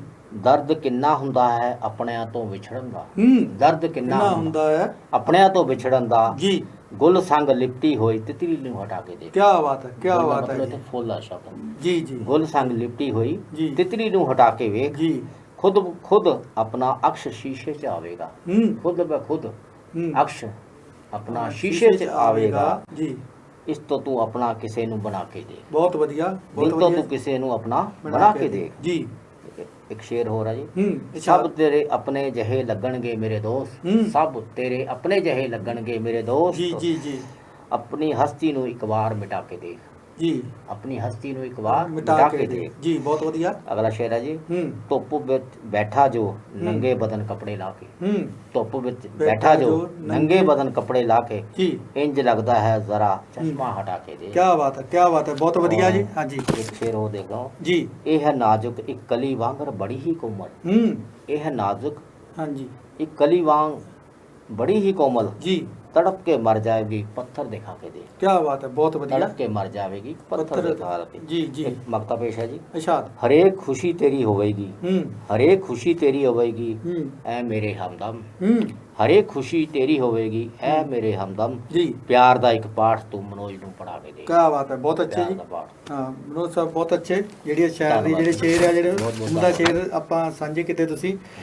ਤੇ ਤੁਸੀਂ ਮਨੋਜ ਸਾਹਿਬ ਜਿਹੜੀਆਂ ਸਾਹਿਤਕ ਅੱਜ ਕੱਲ੍ਹ ਸੰਸਥਾਵਾਂ ਆ ਵੱਖ-ਵੱਖ ਕੰਮ ਕਰ ਰਹੀਆਂ ਆ, ਨਵੇਂ ਕਵੀਆਂ ਨੂੰ ਵੀ ਉਹ ਅੱਗੇ ਲਿਆ ਰਹੀਆਂ ਜਾਂ ਸਨਮਾਨ ਕਰ ਰਹੀਆਂ ਜਾਂ ਹੋਰ ਪੁਸਤਕਾਂ ਸੰਗ੍ਰਹਿ ਜਿਹੜੀਆਂ ਕਾਵਿ ਸੰਗ੍ਰਹਿ ਛਾਪ ਰਹੀਆਂ, ਤੇ ਤੁਸੀਂ ਵੀ ਇੱਕ ਕੋਮਲ ਕਲਾਵਾਂ ਨਾਂ ਦੀ ਸੰਸਥਾ ਦੇ ਨਾਲ ਜੁੜੇ ਹੋਏ ਉਹਦੇ ਪ੍ਰਧਾਨ ਹੋ। ਤੇ ਉਹ ਜਿਹੜੀ ਸੰਸਥਾ ਤੁਹਾਡੀ ਹੋਰ ਕੀ ਕੀ ਕੰਮ ਕਰਦੀ ਆ, ਉਹ ਜਿਹੜੇ ਸਾਹਿਤਲੇ ਦੇ ਖੇਤਰ ਦੇ ਵਿੱਚ ਜਾਂ ਸਾਹਿਤਲੇ ਦੇ ਜਿਹੜੇ ਵਿਕਾਸ ਤੇ ਪ੍ਰਸਾਰ ਲਈ ਹੋਰ ਕੀ ਕੀ ਕੰਮ ਕਰ ਰਹੇ ਹੋ ਤੁਸੀਂ, ਕਿਸ ਤਰ੍ਹਾਂ ਕਰਦੇ ਹੋ? ਕੋਮਲ ਕਲਾਵਾਂ ਸਾਹਿਤਕ ਤੇ ਸੱਭਿਆਚਾਰਕ ਸੰਸਥਾ ਉਹਦੇ ਵਿੱਚ ਕਈ ਸੱਭਿਆਚਾਰਕ ਪ੍ਰੋਗਰਾਮ ਵੀ ਕਰਵਾਉਂਦੇ ਆ ਤੇ ਕਈ ਜਿੱਦਾਂ ਕਵਿਤਾ ਪਾਠ, ਗਜ਼ਲ ਦੇ ਪਾਠ ਜਾਂ ਹੋਰ ਅਸੀਂ ਰਚਨਾਵਾਂ ਦਾ ਦੌਰ ਚਲਾਉਂਦੇ ਆ। ਉਹਦੇ ਵਿੱਚ ਅਸੀਂ ਸਾਵਨ ਕਵੀ ਦਰਬਾਰ ਕਰਾਉਂਦੇ ਆ। Doctor B.R. ਅੰਬੇਦਕਰ ਸਾਹਿਬ ਬਾਰੇ ਅਸੀਂ ਕਵੀ ਦਰਬਾਰ ਕਰਨੇ ਆ। ਹੋਰ ਵੀ ਕਈ ਤਰ੍ਹਾਂ ਦੇ ਜਿਹੜਾ ਜਿੱਦਾਂ ਯਾਨੀ ਕਿ ਤਿਉਹਾਰ ਆਉਂਦੇ ਉਹਨਾਂ ਦੇ ਤਿਉਹਾਰ 'ਚ ਵੀ ਅਸੀਂ ਕਰਾਉਂਦੇ ਆ ਕਵੀ ਦਰਬਾਰ। ਜੀ ਜੀ ਜੀ। ਉਹ ਤਕਰੀਬਨ ਸਾਲ 'ਚ ਸਾਡੇ 12 ਜਿਹੜੀ ਕਵੀ ਦਰਬਾਰ ਹਰ ਮਹੀਨੇ। ਕੀ ਬਾਤ ਹੈ ਜੀ, ਹਰ ਮਹੀਨੇ ਤੁਸੀਂ ਕਵੀ ਦਰਬਾਰ ਕਰੋ ਤੇ ਉਹਦੇ ਵਿੱਚ ਵੀ ਸ਼ਾਇਰ ਜਿਹੜੇ ਲਾਗੇ ਛਾਗੇ ਦੇ ਲੋਕਲ ਆ ਜਾਂ ਲੋਕਲ ਵੀ ਆਉਂਦੇ, ਦੂਰੋਂ ਵੀ, ਜਲੰਧਰੋਂ ਵੀ ਜਾਂਦੇ ਸਾਡੇ ਤੇ ਕਈ ਨਵਾਂ ਸ਼ਹਿਰ ਬੰਗਿਆਂ ਵਗੈਰਾ ਤੋਂ ਵੀ ਆਉਂਦੇ ਜੀ ਦੂਰੋਂ, ਜਾਣੀ ਕਿ ਤੁਸੀਂ ਉਹਨੂੰ ਸੱਦਾ ਪੱਤਰ ਭੇਜਦੇ ਹੋਵੋਗੇ? ਹਾਂ, ਬਸ ਮੈਸੇਜ ਛੱਡ ਦਿੰਦੇ ਆ ਜੀ ਜੀ ਤੇ ਉਹ ਮੈਸੇਜ ਪੜ੍ਹ ਕੇ ਆ ਜਾਂਦੇ ਜੀ। ਹਾਂਜੀ। ਤੇ ਇਹ ਨਾਲ ਫਿਰ ਉਹਦਾ ਕੋਈ ਤੁਸੀਂ ਹੋਰ ਵੱਡਾ ਫੰਕਸ਼ਨ ਕਿਸੇ ਨੂੰ ਜਿਹੜਾ ਨਵੇਂ ਜਾਂ ਪੁਰਾਣੇ ਸਤਾਵਲੇਖਾਂ ਨੂੰ ਮਾਨ ਸਨਮਾਨ ਕੋਈ ਹੋਰ ਇਸ ਤਰ੍ਹਾਂ ਦੇ ਸਨਮਾਨ ਦਿੰਦੇ ਆ ਜੀ ਜੀ। ਜਿਹੜਾ ਨਾ ਅਸੀਂ ਉਲਫਤ ਬਾਜਵਾ ਅਵਾਰਡ ਦਿੰਦੇ ਆ। ਇੱਕ ਅਵਾਰਡ ਦਿੰਦੇ ਆ ਹਰ ਸਾਲ ਹੀ ਅੰਤਰਰਾਸ਼ਟਰੀ ਜਿਹੜਾ ਆ ਅਵਾਰਡ ਅਸੀਂ ਗਜ਼ਲ ਦੇ ਸੰਬੰਧ ਵਿੱਚ, ਜਿਹੜਾ ਗਜ਼ਲ ਦੇ ਖੇਤਰ 'ਚ ਜਿਹਨੂੰ ਮਹਾਰਤ ਹਾਸਲ ਆ। ਜਿਵੇਂ ਅਸੀਂ ਪਿੱਛੇ ਜੇ ਸੁਲੱਖਣ ਸਰਹੱਦੀ ਜੀ ਨੂੰ ਦਿੱਤਾ ਸੀ ਅਵਾਰਡ ਹੈਗਾ। ਹੋਰ ਵੀ ਕਈਆਂ ਨੂੰ ਅਸੀਂ ਦਿੱਤੇ। ਉਹਨਾਂ ਦੇ ਸਾਡੇ ਕੋਲ 10 ਬੰਦੇ ਤਕਰੀਬਨ ਨਾਂ ਹੈਗੇ ਜਿਹੜੇ ਤੁਸੀਂ ਅਵਾਰਡ ਦਿੱਤੇ। ਉਹਦੇ ਵਿੱਚ ਫਿਰ ਅਵਾਰਡ ਦੇ ਵਿੱਚ ਉਹਨੂੰ ਇੱਕ ਸਨਮਾਨ ਦਿੰਦੇ ਹੋਗੇ, ਕੋਈ ਨਗਦ ਰਾਸ਼ੀ ਜਾਂ ਕਿਸ ਤਰ੍ਹਾਂ ਦੀ? 2100 ਰੁਪਏ ਅਸੀਂ ਨਗਦ ਦਿੰਦੇ ਹਾਂ ਜੀ। ਤੇ ਉਹਨਾਂ ਨੂੰ ਮੋਮੈਂਟੋ ਵਗੈਰਾ ਹੁੰਦਾ, ਸ਼ਾਲ ਵਗੈਰਾ ਹੁੰਦਾ, ਇਹ ਚੀਜ਼ਾਂ ਅਸੀਂ ਦਿੰਦੇ। ਜਾਣੀ ਕਿ ਉਹ ਉਸੇ ਬੰਦੇ ਨੂੰ ਦਿੰਦੇ ਆ ਜਾਂ ਉਸ ਸ਼ਖਸ ਨੂੰ ਦਿੰਦੇ ਆ ਕਿ ਜਿਹੜਾ ਗਜ਼ਲ ਦੇ ਨਾਲ ਸੰਬੰਧਿਤ ਹੋਵੇ, ਗਜ਼ਲ ਗੋ ਹੋਵੇ, ਜਿਹੜੀ ਕਰਦਾ ਹੋਵੇ। ਤੇ ਇਸ ਸਾਲ ਅਸੀਂ ਸਰਵਨ ਰਾਹੀ ਨੂੰ ਦਿੱਤਾ ਸੀ ਜੀ, ਜਿਹੜਾ ਇੱਥੇ ਹਾਲ ਹੀ ਵਿੱਚ ਹਾਂਜੀ ਜਿਹੜਾ ਹੈਗਾ ਸੀ ਰੁੜਕਾ ਕਲਾਂ ਤੋਂ ਸੀ। ਜੀ ਜੀ ਠੀਕ ਹੈ। ਤੇ ਹੁਣ ਆਪਾਂ ਨਾਲ ਇਹਦੇ ਤੁਹਾਡੇ ਸਾਹਿਤਕ ਗੱਲਾਂ ਦੇ ਨਾਲ ਆਪਾਂ ਕਰਦੇ ਪਰਿਵਾਰਕ ਗੱਲਾਂ ਵੀ ਕਰ ਲੈਂਦੇ ਆ। ਤੇ ਜਿਹੜਾ ਤੁਹਾਡਾ ਬਚਪਨ ਆ ਉਹ ਕਿੱਥੇ ਬੀਤਿਆ, ਕਦੋਂ ਸ਼ੁਰੂ ਹੁੰਦਾ ਬਚਪਨ ਤੁਹਾਡਾ? ਜਿਹੜਾ ਨਾ ਫਗਵਾੜੇ ਦੀਆਂ ਗਲੀਆਂ 'ਚ ਬੀਤਿਆ ਹੈਗਾ। ਤੇ ਮੈਂ ਹੈ ਨਾ ਆਰੀਆ ਸਕੂਲੇ ਪੜ੍ਹਿਆ ਹੈ ਜੀ। ਆਰੀਆ ਪਹਿਲਾਂ ਛੋਟਾ ਆਰੀਆ ਸੀਗਾ ਜਿਹੜਾ 5ਵੀਂ ਤੱਕ ਸੀ। ਉਸ ਤੋਂ ਬਾਅਦ ਜਿਹੜਾ ਵੱਡਾ ਆਰੀਆ ਸਕੂਲ ਸੀ, ਹਾਈ ਸਕੂਲ ਜਿਹੜਾ ਕਿ ਹੁਸ਼ਿਆਰਪੁਰ ਰੋਡ ਤੇ ਹੈਗਾ, ਤੇ ਉੱਥੇ ਯਾਨੀ ਕਿ ਮੈਂ 10ਵੀਂ ਪਾਸ ਕੀਤੀ ਹੈ। ਤੇ ਉਸ ਤੋਂ ਬਾਅਦ ਜਿਹੜੀ ਆ ਦੂਸਰੀ ਜਿਹੜੀ ਐਜੂਕੇਸ਼ਨ ਜਿਹੜੀ ਆ ਮੈਂ ਰਾਮਗੜ੍ਹੀ ਕਾਲਜ ਤੋਂ ਕੀਤੀ ਹੈਗੀ, ਜਿਸ ਦਾ ਤੁਹਾਨੂੰ ਮੈਂ ਦੱਸਿਆ, ਜਿਹਦੇ ਬਾਰੇ ਜਾਣਕਾਰੀ ਵੀ ਤੁਹਾਨੂੰ ਦਿੱਤੀ ਹੈ। ਵਿਗਿਆਨ ਸਰਲਾ ਮੈਗਜ਼ੀਨ ਦਾ ਮੈਂ ਐਡੀਟਰ ਰਿਹਾ ਹਾਂ, ਸਟੂਡੈਂਟ ਐਡੀਟਰ ਕਹਿੰਦੇ ਆ ਜੀ ਜੀ। ਤੇ ਉਸ ਤੋਂ ਬਾਅਦ ਮੈਂ ਗ੍ਰੈਜੂਏਸ਼ਨ ਕਰਕੇ ਉੱਥੋਂ ਉਸ ਤੋਂ ਬਾਅਦ ਮੈਂ ਜਿਹੜੀ ਆ ਅੱਜ ਕੱਲ੍ਹ 18/12/21 ਨੂੰ ਮੈਨੂੰ ਇੱਕ ਭਾਗਲਪੁਰ ਤੋਂ ਇੱਕ ਵਿਦਿਆਪੀਠ ਆ, ਉਹਨਾਂ ਨੇ ਮੈਨੂੰ ਜਿਹੜੀ ਆ PhD ਡਿਗਰੀ ਦਿੱਤੀ ਆ ਵੀ ਲੇਖਣ ਦੇ ਕਲਾ ਦੇ ਵਿੱਚ ਵੀ ਗਜ਼ਲ ਲੇਖਣ 'ਚ ਮਹਾਰਤ ਹੈ। ਕਿਉਂਕਿ ਮੇਰੀ ਜਿਹੜੀ ਹੈ ਨਾ ਗਜ਼ਲ ਲੇਖਣ ਦੇ ਵਿੱਚ ਹਿੰਦੀ ਤੇ ਪੰਜਾਬੀ 'ਚ ਦੋਨਾਂ 'ਚ ਪੂਰੀ ਮਹਾਰਤ ਹੈਗੀ ਆ। ਤੇ ਮੈਂ ਦੋਨੋਂ ਭਾਸ਼ਾਵਾਂ 'ਚ ਲਿਖਦਾ ਹੈਗਾ। ਤੇ ਉਹਨਾਂ ਦੀਆਂ ਕਿਤਾਬਾਂ 'ਚ ਤੇ ਬੜੇ ਬੜੀ ਮੈਗਜ਼ੀਨਾਂ 'ਚ ਉਹਦੀਆਂ ਮੇਰੀਆਂ ਰਚਨਾਵਾਂ ਛਪਦੀਆਂ। ਜੀ, ਜਾਣੀ ਕਿ ਤੁਸੀਂ ਜਿਹੜੀ ਪੰਜਾਬੀ 'ਚ ਹੀ ਨਹੀਂ ਇਹ ਆਪਣੀ ਹਿੰਦੀ ਦੇ ਵਿੱਚ ਵੀ ਤੁਸੀਂ ਜਿਹੜੀ ਆ ਗਜ਼ਲ ਜਾਂ ਉਰਦੂ ਜਾਣੀ ਕਿ ਹੈ ਤਾਂ ਫਿਰ ਉਰਦੂ ਮੈਨੂੰ ਆਉਂਦੀ ਨਹੀਂ ਇੰਨੀ ਹੈਗੀ ਜੀ, ਲਿਖਣੀ, ਜੀ। ਪਰ ਮੈਂ ਉਰਦੂ ਨੂੰ ਮਾਈ ਉਹ ਹਿੰਦੀ 'ਚ ਵੀ ਕਰ ਦਿੰਦੇ ਹਾਂ। ਜਾਣੀ ਕਿ ਜਿਹੜੀ ਆ ਉਹਦੀ ਭਾਸ਼ਾ ਬੇਸ਼ੱਕ ਉਰਦੂ ਆ, ਜਿਹੜੀ ਲਿਪੀ ਕਰ ਰਿਹਾ ਜਿਹੜਾ ਉਹ ਹਿੰਦੀ ਜਾਂ ਪੰਜਾਬੀ ਦੇ ਵਿੱਚ ਲਿਖਿਆ ਹੋਇਆ ਸ਼ਬਦ ਜਿਹੜੇ ਕਈ ਉਰਦੂ ਦੇ, ਜੀ, ਉਹਨਾਂ ਦਾ ਪੰਜਾਬੀ ਭਾਸ਼ਾ 'ਚ ਵੀ ਤੁਸੀਂ ਦੇਖਿਆ ਹੋਣਾ ਕਈ ਸ਼ਬਦ ਜਿਹੜੇ ਆ ਫਾਰਸੀ ਦੇ ਜਿਹਨੂੰ ਉਰਦੂ ਕਹਿੰਦੇ ਆਪਾਂ ਉਹਦੇ ਆ ਜਾਂਦੇ ਆ। ਤੇ ਫਿਰ ਇਸ ਤੋਂ ਬਾਅਦ ਜਿਹੜੀ ਹਾਇਰ ਸੈਕੰਡਰੀ ਕਰਕੇ ਹਾਇਰ ਜਿਹੜੀ ਆ ਯੂਨੀਵਰਸਿਟੀ ਦੇ ਵਿੱਚ ਵੀ ਗਏ ਹੋਗੇ, ਪੜ੍ਹਾਈ ਕੀਤੀ ਹੈ ਹਾਇਰ? ਯੂਨੀਵਰਸਿਟੀ ਨਹੀਂ ਮੈਂ ਗਿਆ ਸਰ, ਜੀ, ਜੀ। ਮੈਂ ਸਿਰਫ ਰਾਮਗੜੀ ਕਾਲਜ ਤੋਂ ਪੜ੍ਹਾਈ ਕੀਤੀ ਹੈ। ਕਾਲਜ BA ਕੀਤੀ ਫਿਰ? ਹਾਂਜੀ। ਤੇ ਮੈਂ ਹੈ ਨਾ ਜਿਹੜੀ ਪੋਸਟ ਗ੍ਰੈਜੂਏਸ਼ਨ ਮੈਂ ਮੇਰਠ ਯੂਨੀਵਰਸਿਟੀ ਕੋਰਸਪੋਂਡੈਂਸ ਕੀਤੀ ਹੈ। ਜੀ, ਜੀ। ਕੋਰਸਪੋਂਡੈਂਸ ਕੀਤੀ ਹੈ। MA ਜਿਹੜੀ ਹੈ ਨਾ ਮੈਂ ਇਕਨੋਮਿਕਸ 'ਚ ਕੀਤੀ ਸਰ। ਜੀ, ਤੇ ਉਸ ਤੋਂ ਬਾਅਦ ਜਿਹੜੀ ਪੜ੍ਹਾਈ ਲਿਖਾਈ ਹੋ ਗਈ, ਪੜ੍ਹਾਈ ਲਿਖਾਈ ਤੋਂ ਬਾਅਦ ਹਰੇਕ ਬੰਦਾ ਸੋਚਦਾ ਕਿ ਹੁਣ ਮੈਨੂੰ ਨੌਕਰੀ ਵੀ ਮਿਲ ਜਾਣੀ ਚਾਹੀਦੀ ਆ। ਫਿਰ ਮੈਂ ਬੈਂਕ 'ਚ ਜੋਬ ਕਰ ਲਈ ਸਰ। ਜੀ, ਬੈਂਕ ਕਿਹੜੀ 'ਚ ਕੀਤੀ, ਕਿੱਥੇ ਕੀਤੀ? ਹਾਂਜੀ। ਮੈਂ ਸੈਂਟਰ ਕੋਆਪਰੇਟਿਵ ਬੈਂਕ 'ਚ ਕੀਤੀ ਆ। ਮੈਂ ਜਲੰਧਰ ਕੀਤੀ ਹੈ ਜੀ 18 ਸਾਲ ਕੰਟੀਨਿਊ। ਜੀ, ਜੀ। ਤੇ ਉਸ ਤੋਂ ਬਾਅਦ ਮੋਗੇ ਕੀਤੀ ਆ, ਨਵਾਂ ਸ਼ਹਿਰ ਕੀਤੀ ਆ, ਅੰਮ੍ਰਿਤਸਰ ਕੀਤੀ ਆ, ਤੇ ਬਟਾਲੇ ਕੀਤੀ। ਸਟਾਰਟਿੰਗ 'ਚ ਮੈਂ ਜਿਹੜੀ ਆ ਜੋਬ ਬਟਾਲੇ ਕੀਤੀ, ਬਸ ਇਹਦਾ ਜ਼ਿਆਦਾ ਦੂਰ ਨਹੀਂ ਮੈਂ ਗਿਆ, ਘਰ ਦੇ ਨੇੜੇ ਰਿਹਾ ਹੈ। ਤੇ ਰਿਟਾਇਰਮੈਂਟ ਸੇਵਾ ਮੁਕਤੀ? ਹਾਂ, ਮੇਰੀ ਸੇਵਾ ਮੁਕਤੀ ਹੋ ਗਈ ਸੀਗੀ ਤੇ ਮੈਨੂੰ 3-4 ਸਾਲ ਹੋ ਗਏ ਜੀ। ਤੇ ਹੁਣ ਜਿਹੜਾ ਅੱਜ ਕੱਲ ਜਿਹੜਾ ਸਾਹਿਤ ਨੂੰ ਸਮਰਪਿਤ ਹੋ ਤੇ ਸਿਰਫ ਕਵਿਤਾ ਗੀਤ ਸੌਰੀ ਗਜ਼ਲਾਂ ਬਾਰੇ ਧਿਆਨ ਆ, ਤੇ ਜਿਹੜੀ ਆ ਦਾ ਗਜ਼ਲ ਸਕੂਲ ਦੇ ਬਾਰੇ ਜਿਹੜਾ ਸਮਰਪਿਤ ਹੋ। ਤੇ ਜਦੋਂ ਪਹਿਲੀ ਕਵਿਤਾ ਲਿਖੀ ਸੀਗੀ, ਹਾਂਜੀ, ਕਿਸ ਨੇ ਪਹਿਚਾਣਿਆ ਵੀ ਹੁਣ, ਜਾਂ ਆਪੇ ਪਤਾ ਲੱਗਿਆ ਸੀ ਮੈਂ ਗਜ਼ਲ ਲਿਖੀ ਆ ਜਾਂ ਸ਼ੇਰ ਲਿਖਿਆ, ਕਿਹਾ ਕਦੋਂ ਲਿਖਿਆ ਸੀ, ਯਾਦ ਆ ਕੁਛ? ਹਾਂਜੀ। 1986 ਦੇ ਵਿੱਚ ਇੱਕ ਮੇਰੀ ਗਜ਼ਲ ਭਾਸ਼ਾ ਵਿਭਾਗ ਵਾਲਿਆਂ ਨੇ ਛਾਪੀ ਸੀ ਜਨ ਸਾਹਿਤ ਚ। ਜੀ, ਹਾਂ, ਕੋਈ ਮੈਗਜ਼ੀਨ ਸੀ ਉਹਨਾਂ ਦਾ, ਉਹਦੇ ਵਿੱਚ ਛਪੀ ਸੀ। ਉਹ ਤੋਂ ਥੋੜਾ ਜਿਹਾ ਮੈਨੂੰ ਉਤਸ਼ਾਹ ਹੋਇਆ ਵੀ ਹਾਂ ਇਹ ਵੀ ਛਪ ਸਕਦੀ ਹੈ, ਕਿਉਂਕਿ ਪਹਿਲਾਂ ਇਦਾਂ ਨਹੀਂ ਲੱਗਦਾ ਸੀ ਵੀ ਇਹ ਗਜ਼ਲਾਂ ਜਾਂ ਗੀਤ ਛਪ ਜਾਣਗੇ। ਤੇ ਫਿਰ ਹੌਲੀ ਹੌਲੀ ਮਹਾਰਤ ਹੋ ਗਈ, ਫਿਰ ਅਖਬਾਰਾਂ ਵਿੱਚ ਮੈਗਜ਼ੀਨ 'ਚ ਖਾਣ ਲੱਗ ਪਈ। ਫਿਰ ਉਦੋਂ ਚਿੱਠੀ ਪੱਤਰਾਂ ਦਾ ਦੌਰ ਸੀਗਾ 1986 ਚ, ਫੋਨ ਘੱਟ ਸੀਗੇ, ਫਿਰ ਚਿੱਠੀਆਂ ਵੀ ਆਈਆਂ ਹੋ ਗਈਆਂ। ਕਿੰਨੀਆਂ ਕਿ ਚਿੱਠੀਆਂ ਆਈਆਂ, ਕਿੱਦਾਂ ਦਾ ਰਿਸਪੌਂਸ ਸੀ ਉਹਦਾ? ਫਿਰ ਚਿੱਠੀਆਂ ਬਹੁਤ ਅੱਛੀਆਂ ਆਈਆਂ, ਉਹਨਾਂ ਨੇ ਸਾਨੂੰ ਬਕਾਇਦਾ ਉਤਸ਼ਾਹ ਕੀਤਾ ਵੀ ਤੁਸੀਂ ਹੈ ਨਾ ਹੋਰ ਲਿਖੋ, ਹੋਰ ਲਿਖੋ। ਫਿਰ ਅਸੀਂ ਲਿਖਦੇ ਰਹੇ, ਫਿਰ ਗਾਈਡੈਂਸ ਲੈਂਦੇ ਰਹੇ ਆਰਫ ਸਾਹਿਬ ਕੋ, ਤੇ ਇਹਨਾਂ ਨੇ ਸਾਨੂੰ ਬਹੁਤ ਹੀ ਗੱਲਾਂ ਦੱਸੀਆਂ ਜਿਹੜੀਆਂ ਬਰੀਕੀਆਂ ਸੀ, ਜਿਹੜੀਆਂ ਸਾਨੂੰ ਪਤਾ ਨਹੀਂ ਸੀ, ਸਾਡੇ ਜ਼ਿਹਨ 'ਚ ਕਦੀ ਆ ਵੀ ਨਹੀਂ ਸਕਦੀਆਂ ਜਿਹਨਾਂ ਨੇ ਦੱਸੀਆਂ ਜੀ। ਕਿਉਂਕਿ ਪਹਿਲਾਂ ਜਦੋਂ ਲਿਖਦੇ ਆ ਤੁਸੀਂ ਉੱਦਾਂ ਹੀ ਲਿਖਣ ਲੱਗੇ, ਤੁਹਾਨੂੰ ਕੋਈ ਅਰੂਜ ਬਾਰੇ ਨਹੀਂ ਪਤਾ ਸੀ, ਕੋਈ ਕਿਸੇ ਬਾਰੇ ਪਿੰਗਲ ਬਾਰੇ ਨਹੀਂ ਪਤਾ ਸੀ। ਤੁਸੀਂ ਉਦੋਂ ਜਦੋਂ ਆਰਫ ਸਾਹਿਬ ਦੇ ਨਾਲ ਆ ਗਏ, ਤੁਸੀਂ ਆਰਫ ਸਾਹਿਬ ਨੂੰ ਮਿਲਦੇ ਹੋ, ਤੇ ਉਹਨਾਂ ਨੇ ਫਿਰ ਅਰੂਜ ਬਾਰੇ ਤੁਹਾਨੂੰ ਦੱਸਿਆ ਹੋਊਗਾ ਵੀ ਆਹ ਜਿਹੜੀਆਂ ਪੁਰਾਣੀਆਂ ਗਜ਼ਲਾਂ ਜਿਹੜੀਆਂ ਇਸ ਤਰ੍ਹਾਂ ਠੀਕ ਕਰਨੀਆਂ ਪੈ ਗਈਆਂ ਜਾਂ ਠੀਕ ਆ। ਤੇ ਗੱਲਾਂ ਬਾਤਾਂ ਆਪਾਂ ਇਹ ਸਵਾਲ ਦਾ ਜਵਾਬ ਤਾਂ ਕੋ ਲੈਂਦੇ ਹਾਂ ਬਾਅਦ ਦੇ ਵਿੱਚ। ਛੋਟੇ ਜਿਹੇ ਬ੍ਰੇਕ ਦਾ ਟਾਈਮ ਹੋ ਗਿਆ ਤੇ ਵਿਹਲਾ ਹੋ ਗਿਆ ਦਰਸ਼ਕੋ, ਫਿਰ ਇੱਕ ਵਾਰੀ ਬ੍ਰੇਕ ਦਾ ਥੋੜੇ ਜਿਹੇ ਸਮੇਂ ਬਾਅਦ ਮਿਲਦੇ ਆ। ਤੁਸੀਂ ਕਿਤੇ ਨਹੀਂ ਜਾਣਾ, ਇਸੇ ਤਰ੍ਹਾਂ ਸਾਡੇ ਨਾਲ ਬਣੇ ਰਹੋ। ਅਸੀਂ ਗਏ ਤੇ ਆਏ।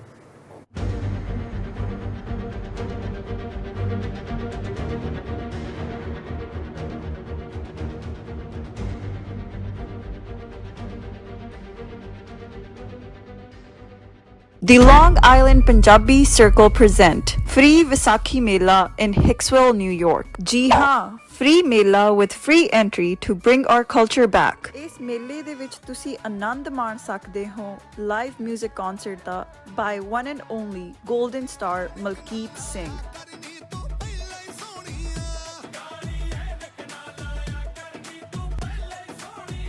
ਅਤੇ ਆਨੰਦ ਮਾਣ ਸਕਦੇ ਹੋ kids activities, live performances and many vendors. So ਹੁਣ ਹੀ ਡੇਟ ਤੇ ਲੋਕੇਸ਼ਨ ਨੋਟ ਕਰੋ। ਸੰਡੇ 15 ਮਈ 2022 12 ਵਜੇ ਤੋਂ ਲੈ ਕੇ 6 ਵਜੇ ਤੱਕ at the parking lot at Barsley Street, Hicksville, New York. For more information, call the numbers appearing on the screen. ਗੋੜੀ ਨਾਲੋਂ ਇਸ਼ਕ ਮਿੱਠਾ ਰੱਬਾ ਲੱਗ ਨਾ ਕਿਸੇ ਨੂੰ ਜਾਵੇ ਹੋ ਗੋੜੀ ਨਾਲੋਂ ਇਸ਼ਕ ਮਿੱਠਾ। ਇੰਡੀਅਨ, ਪਾਕਿਸਤਾਨੀ ਤੇ ਬੰਗਲਾਦੇਸ਼ੀ ਗਰੋਸਰੀ ਦਾ ਸਭ ਤੋਂ ਵੱਡਾ ਸਸਤਾ ਭੰਡਾਰ ਆਪਣਾ ਬਾਜ਼ਾਰ ਕੈਸ਼ ਐਂਡ ਕੈਰੀ। ਭਾਰਤੀਆਂ ਦੇ ਗੜ ਐਡੀਸਨ ਵਿਖੇ ਤਾਜ਼ਾ ਸਬਜ਼ੀਆਂ ਤੇ ਗਰੋਸਰੀ ਤੋਂ ਇਲਾਵਾ ਹਰ ਵੇਲੇ ਨਾਲੋਂ ਨਾਲ ਰੋਟੀ, ਤਰ੍ਹਾਂ ਦੇ ਪਰੌਂਠੇ, ਸਮੋਸੇ, ਜਲੇਬੀਆਂ ਤੇ ਭਾਰਤੀਆਂ ਦੇ ਗਰਮਾ ਗਰਮ ਤਾਜ਼ਾ ਪਕਵਾਨ ਵੀ ਉਪਲਬਧ। ਨਿਊ ਜਰਸੀ ਦੇ ਜਰਸੀ ਸਿਟੀ ਵਿੱਚ ਸਭ ਸਹੂਲਤਾਂ, ਡੇਟਨ ਅਤੇ ਪੈਂਸਿਲਵੇਨੀਆ ਦੇ ਬੈਂਸਲਮ ਦੇ ਆਪਣਾ ਬਾਜ਼ਾਰ ਕੈਸ਼ ਐਂਡ ਕੈਰੀ ਦੇ ਸਟੋਰ ਦੀ ਬਿਹਤਰੀਨ ਸਰਵਿਸ ਦਾ ਆਨੰਦ ਮਾਣੋ। 1700 Octree Road, Edison, NJ 08820, 2975 John F. Kennedy Boulevard, Jersey City, NJ 07306, 2631 Street Road, Baslam, PA 19020। ਜੇ ਤੁਸੀਂ ਐਲਰਜੀ, ਐਸਥਮਾ, ਗੈਸਟ੍ਰਿਕ, ਹਾਰਟਬਰਨ, ਗਾਲ stone, kidney stone, diabetes, blood pressure, arthritis ਅਤੇ ਗੁਪਤ ਰੋਗਾਂ ਦਾ ਇਲਾਜ ਕਰਵਾ ਕੇ ਥੱਕ ਚੁੱਕੇ ਹੋ ਤੇ ਕਾਲ ਕਰੋ homeopathic consultant doctor Gurdeep Sandhu ਨੂੰ, ਜਿਨ੍ਹਾਂ ਦਾ 1973 ਤੋਂ ਮੈਡੀਕਲ ਕਾਲਜਾਂ ਵਿੱਚ ਪੜ੍ਹਾਉਣ ਦਾ ਪ੍ਰਿੰਸੀਪਲ, ਪ੍ਰੋਫੈਸਰ ਤੇ ਚੀਫ ਮੈਡੀਕਲ ਆਫੀਸਰ ਦੇ ਤੌਰ ਤੇ ਹੋਮਿਓਪੈਥਿਕ ਪ੍ਰੈਕਟਿਸ ਦਾ ਤਜਰਬਾ ਹੈ। ਕਿਸੇ ਵੀ ਬਿਮਾਰੀ ਜਾਂ ਕਿਸੇ ਵੀ ਉਮਰ ਵਿੱਚ ਇਲਾਜ ਕਰਵਾਉਂਦੇ ਜੇ ਥੱਕ ਗਏ ਹੋ ਤਾਂ ਹੋਮਿਓਪੈਥਿਕ ਦੇ ਸਿਧਾਂਤਕ ਇਲਾਜ ਲਈ ਡਾਕਟਰ ਗੁਰਦੀਪ ਸੰਧੂ ਨੂੰ ਸਕਰੀਨ ਤੇ ਦਿੱਤੇ ਨੰਬਰਾਂ ਤੇ ਸੰਪਰਕ ਕਰੋ।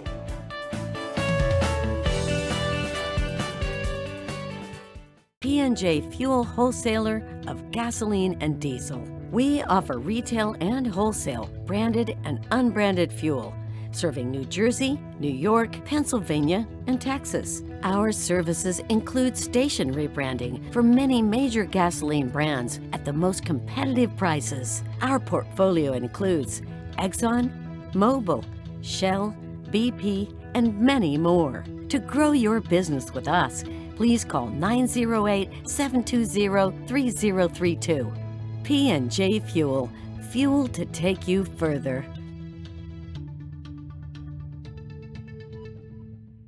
S&S Brokers Incorporation new jersey ਦੀ ਪੂਰੀ ਤਰ੍ਹਾਂ ਲਾਇਸੈਂਸ ਪ੍ਰਾਪਤ ਕੰਪਨੀ, ਸਮੇਂ ਤੇ ਡਿਲੀਵਰੀ ਲਈ ਵਚਨਬੱਧ। ਕੰਪਨੀ ਦਾ ਤਜਰਬਾ ਕੰਪਨੀ ਨੂੰ ਬਾਕੀਆਂ ਤੋਂ ਅਲੱਗ ਕਰਦਾ ਹੈ। ਗ੍ਰਾਹਕਾਂ ਦੀ ਸਹੂਲਤ ਲਈ ਸ਼ਿਪਿੰਗ ਦਰ ਵਿੱਚ ਭਾਰੀ ਡਿਸਕਾਊਂਟ ਦਿੱਤਾ ਜਾਂਦਾ ਹੈ। ਕੰਪਨੀ ਦਾ ਮਿਸ਼ਨ ਪ੍ਰੀਮੀਅਮ ਟਰਾਂਸਪੋਰਟ ਸੇਵਾਵਾਂ ਪ੍ਰਦਾਨ ਕਰਨਾ। ਵਧੇਰੇ ਜਾਣਕਾਰੀ ਲਈ ਸੰਪਰਕ ਕਰੋ 120 wood avenue south, suite 605, Iselin, New Jersey 08830 ਅਤੇ ਕਾਲ ਕਰੋ 201 259 9223।